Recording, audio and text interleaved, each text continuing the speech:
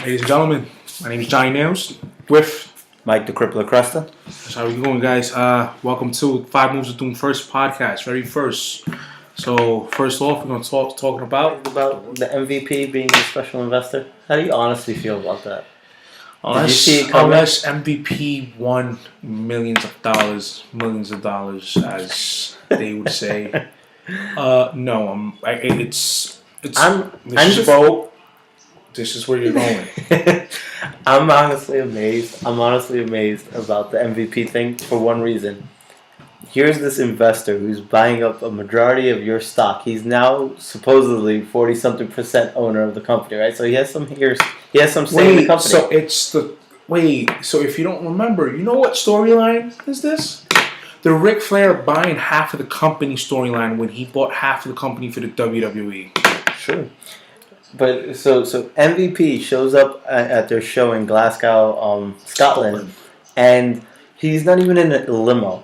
He's in a black van, and he's not only in a black van, but he's in a nice suit, right? He comes out with the American Wolves, which are awesome tag team. WWE, you screwed that one up. I don't know how you let those guys go, but that's a different story. We'll get into that maybe tomorrow or some other day. But MVP. Guy is a basic generic wrestler. What are you saying that your stock is worth? 25 cents?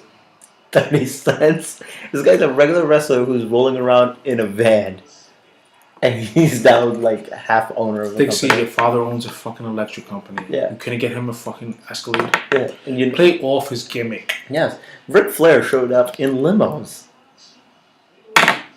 He had private jets. Real private jets, by the way. Anyway, going back to the WrestleMania. Just remember the ECW. You know, they gave the crowd. Paul Heyman gave the crowd exactly what it was, and I don't remember the name of the pay-per-view. I think it was Heat Wave. One of those barely legal. One of their pay-per-views, whatever it was. The crowd ate that matchup from the very beginning to the very end. Taz went over. The crowd ate it up. By the way, the true story behind that match is they really didn't like each other. Now, they didn't like each other. The chemistry was good. Now imagine Daniel Bryan and CM Punk.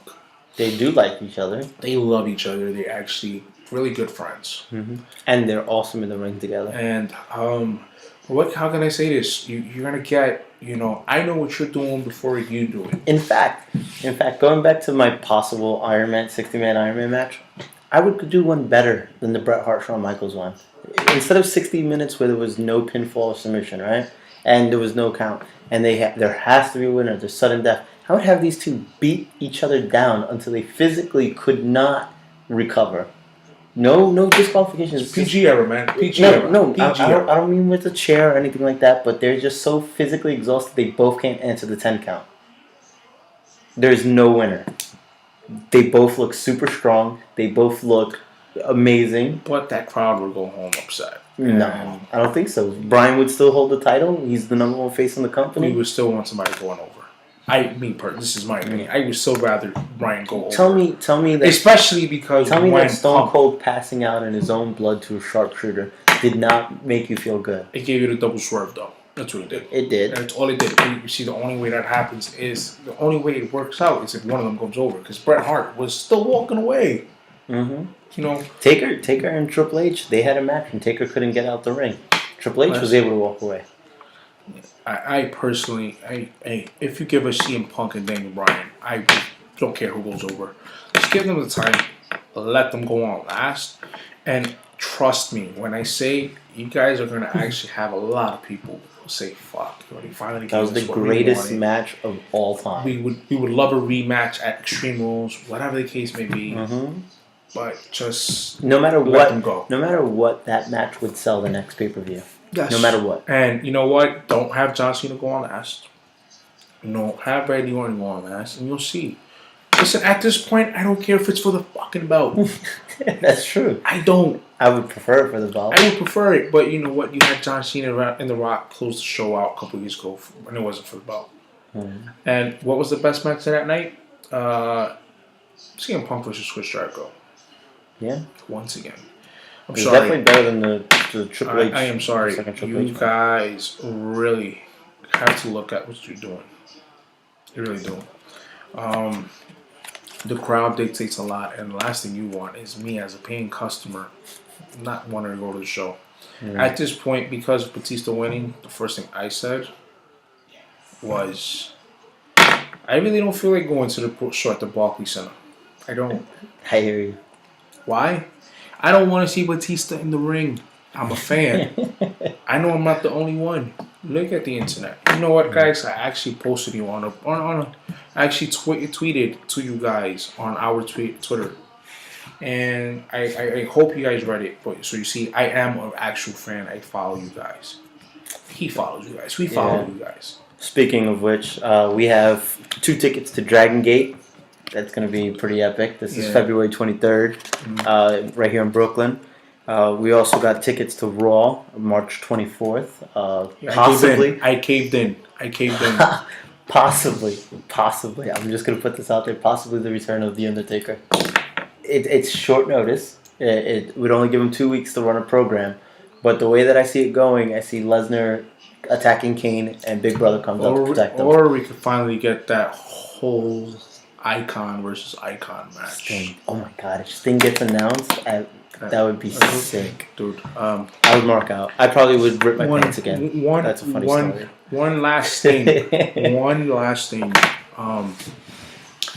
As you mentioned before, TNA officially has the American Wolves signed under contract. Yeah. This past week, it was said that Prince Devitt and Kenta, which is two of the biggest stars in NJPW. Yeah. They are looking in, and they're down in the Performance Center, whatever the case is, might have contracts extended to them. And these guys aren't a tag team. These they're not a tag team. Which WWE doesn't have a tag team division right now. I don't get it. They just finished breaking up 3 tag teams. Just pointing that out there. All I gotta say is this. You had 2 guys in Eddie Edwards and Davey Richards that could have easily just wrestled 3 matches in NXT, showing up on SmackDown, answer somebody's call, answer the call of the Americans, and be in that picture. Yeah. The tag team picture. Mm-hmm. You guys don't know what you guys are doing when it comes to, you're going to hire David and Kenta. Kenta's amazing. Not bashing them. They're both great wrestlers. Mm-hmm. But you just gave up 2 solid workers who speak English, who can connect with the crowd for somebody that, you know what? David has the ability to bring forth a new faction. clique, yeah. Because especially with Barrett, Neville. Yeah, Barrett, Neville, Sheamus, and Regal. Regal was still on the contract. That could be. There's another guy, Aiden English. I think he's like French or something. Down in if you want to bring back Davey Boy Smith's son, you can. You guys have to look at everything. WWE, what are you doing? Mm-hmm. Why don't you sign all 4 and pay them the same shit you're paying fucking Dave Batista now? Because I know him being Triple H's boy, he's got money. You know what you could have gotten if you signed these 4 guys instead of Batista? You guys would have had an actual great wrestling. Yeah, and you would have had a tag team division. Batista was never the greatest wrestler. He was good on the mic, but he was entertaining. He was big. But guys, he was mammoth.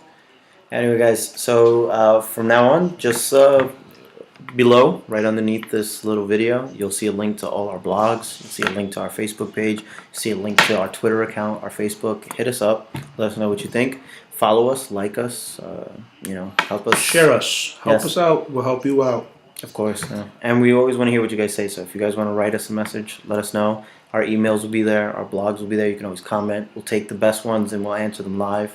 Questions. You guys got questions? Go ahead and shoot them. Yep. 5 moves of doom.